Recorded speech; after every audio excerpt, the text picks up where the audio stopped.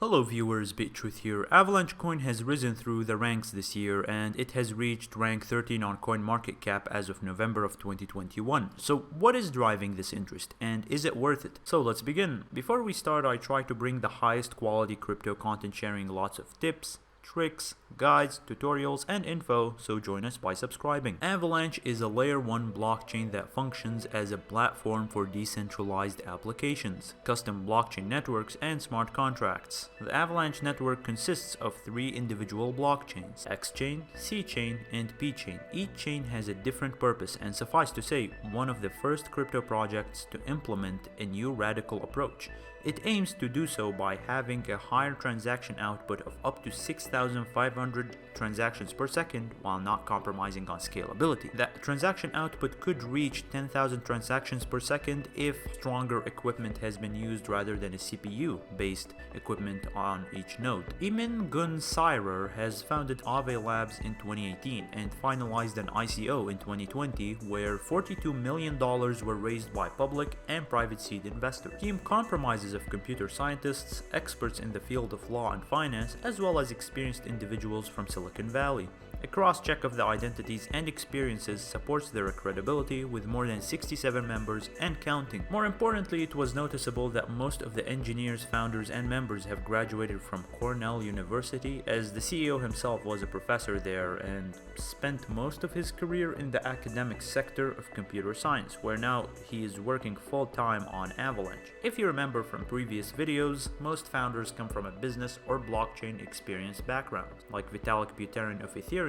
and Patrick Dye of Quantum, which we discussed in the last video. If you'd like to check it out, you can click on the top right corner for more info. Tokenomics side of things is a bit more worrying, as the maximum number of Avalanche tokens is 720 million tokens, where we have 50% will be on the mainnet, so that's 360 million tokens. The distribution is as follows: 2.5% seed sale, 3.5% private sale, 10% public sale, 9.26% allocated to the foundation, released over 10 years, 7% community endowment, 0.27% testnet incentive program, 5% strategic partners, 2.5% airdrops, 10% team released over 4 years, and 50% staking rewards. Suffice to say, there is nearly 30% going into the hands of the project of the 360 million tokens, which is a bit worrying. However, it is released over a couple of years, so not much stress can be put on that, even though a 720 million is huge. However, Avalanche is deflationary, meaning when a user transacts with Avalanche, the amount is burned is the fees,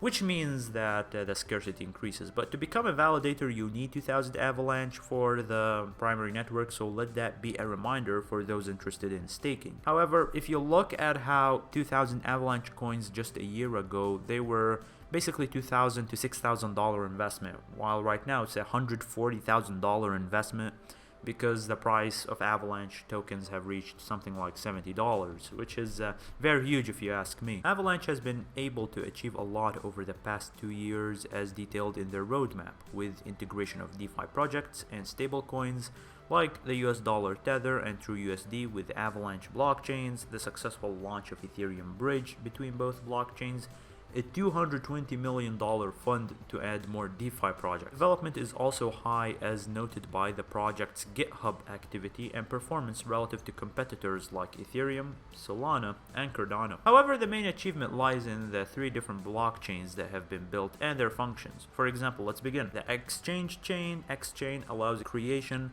and exchange of native AVAX tokens and other assets. The contract chain, C-chain, hosts smart contracts and decentralized applications. It has its own Avalanche virtual machine. It uses the Snowman consensus mechanism, which is going to be a topic for another video to explain how this mechanism works and why it is important. The platform chain, P-chain, coordinates network validators, tracks active subnets, and enables the creation of new subnets. Think about it as subnets are sets of validators. Each subnet can be validating several blockchains, but a blockchain can only be validated by one subnet. It also uses the Snowman consensus mechanism again. Having 3 different chains protects Avalanche, allows scalability without any issues, and keeps the system running efficiently. In the future, it is predicted that crypto projects will have multiple blockchains that serve different purposes to deliver on results. In conclusion, I do think that Avalanche has big potential into the future, as they are expanding fast and have the potential to overtake Ethereum due to many delays of Ethereum 2.0 and many broken promises by the Ethereum Foundation.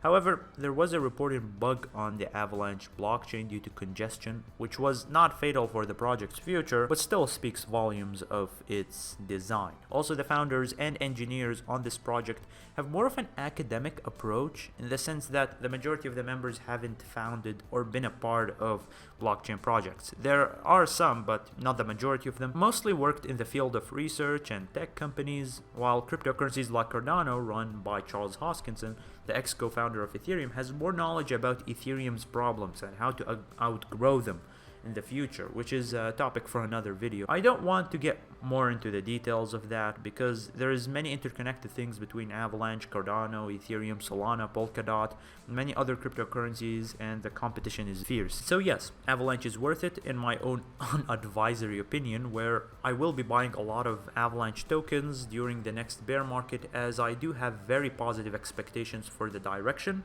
Avalanche is heading, and potentially have the pivotal part of my portfolio in the future.